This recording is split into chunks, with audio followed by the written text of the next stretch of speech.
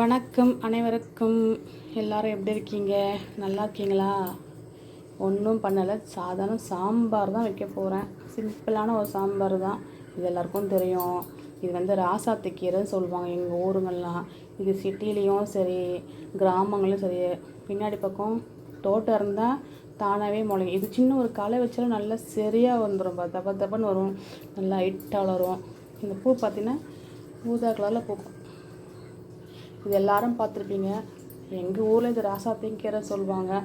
இது ஒரு ஊரில் ஒரு பேர் வச்சுக்கலாம், எனக்கு அதெல்லாம் தெரியாதுப்பா. அதுக்கப்புறம் பருப்பை ஒரு 5 விசில் போட்டு எடுத்துக்கலாம். இது நம்மலாம் இதெல்லாம் ஆஞ்சி அரிஞ்சிட்டு சாம்பார் தான். இது கூட்டு பண்ணலாம், கடைஞ்சி சாப்பிட்லாம். அது நெய் போட்டிங்கன்னா நல்லாயிருக்கும். கொஞ்சோண்டு மிளகுத்தூள் சூப்பராக இருக்கும். நீங்கள் செஞ்சு பாருங்கள். இப்போ நான் செய்கிறேன், வாங்க பார்க்கலாம்.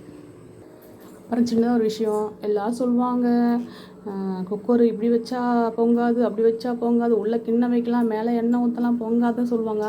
எப்படி இருந்தாலும் குக்கர் ஒரு டைமில் பொங்க தான் செய்யுங்க. ஒன்றும் இல்லை, நம்ம மேலே தெளிக்காமல் இருக்கிறது நம்ம ஒரு சேஃப்டிக்காக மேலே ஒரு காட்டன் துணி வச்சுக்கலாம். எப்படியும் இதுவும் பொங்க தான் செய்யும். அதுக்காக இங்கே பாருங்கள், கீழே ஊற்றிட்டு இது பொங்கி வர தண்ணி அதில் விழுந்துடும். நம்மளுக்கு கேஸ் துடைக்க கொஞ்சம் சுலபமாக இருக்கும். வேறு ஒன்றும் இல்லை, அதுக்காக தான் சொல்கிறேன்.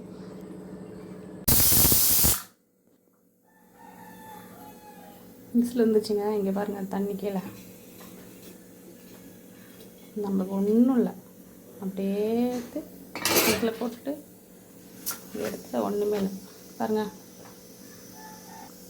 இப்போ கடாய் வச்சிட்டோம், அதில் எண்ணெய் ஊற்றி கடுகு போட்டு சீரகம் போட்டு பூண்டு போட்டு வெங்காயம் தக்காளி போட்டு நல்லா வதக்கிட்டு மிளகாத்தூள் உப்பு புளி நம்ம சாம்பாருக்கு எப்படி பண்ணுவோமோ காய் சாம்பாருக்கு அதே மாதிரி தான் பண்ணணும். வேறு எதுவும் மாற்றவே வேணாம்.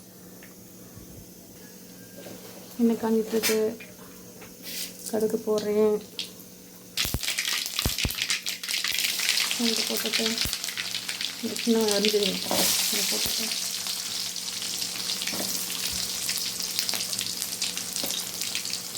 அதே தக்காளி போட்டுடலாம். வெங்காயம் வதங்கி தான் தக்காளி போடணும்னு கிடையாது. நல்லா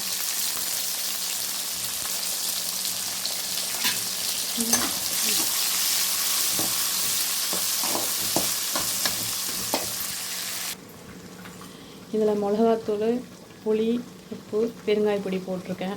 நம்ம நார்மலாக காயெல்லாம் போட்டு சாம்பார் வைப்போம்லாம் அதே தான். உப்பு அவங்களுக்கு ஏற்ற மாதிரியும், காரமும் சரி புளிப்பும் சரி நமக்கு ஏற்ற மாதிரி தான். சாதாரண ஒரு சாம்பார் தான் இது. ஏதோ எக்ஸ்ட்ரா எதுவும் போட்டு இப்படி பண்ணணும் அப்படி பண்ணணும் எதுவும் கேடாதுங்க. வீட்டில் இருக்கிற பொருளை வச்சு நம்ம செய்வோம். சாதாரண நம்ம காய் போட்ட சாம்பாருக்கு இது கீரை, ராசாத்தி கீரை சாம்பார்.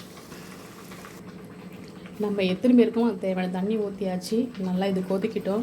கொதிச்சோடனே இந்த கீரை அள்ளி போட்டு, இந்த கீரை அலசி வச்சுருக்கேன். கீரை அள்ளி போட்டு கீரை கொஞ்சம் வெந்தோடனே இந்த பருப்பு வச்சுருக்கேன், இந்த பருப்பில் ஊற்றி இறக்கிடுவோம். அவ்வளோதான், இது கொதிக்கிட்டோம். இதை நல்லா மிளகுத்தூள் வாசனைலாம் போயிடுச்சு. நல்லா கொதிச்சிச்சு. அந்த கீரையை அலசி வச்சுதை இதில் போட்டுப்போம். ராசாத்தி கீரை சாம்பார் ரெடி ஆகிடுச்சு. இது கொஞ்சோண்டு மிளகுத்தூள், கொஞ்சோண்டு கொத்தமல்லி, அவ்வளோதான். இது நெய் போட்டு சாப்பிட்டீங்கன்னா அப்படி இருக்கும். இதே மெத்தடில் நீங்கள் சிரிக்கிற சாம்பார் வைக்கலாம், அரைக்கிற சாம்பார் வைக்கலாம். செம்மையாக இருக்கும். செஞ்சு சாப்பிட்டு பாருங்கள். நன்றி, வணக்கம்.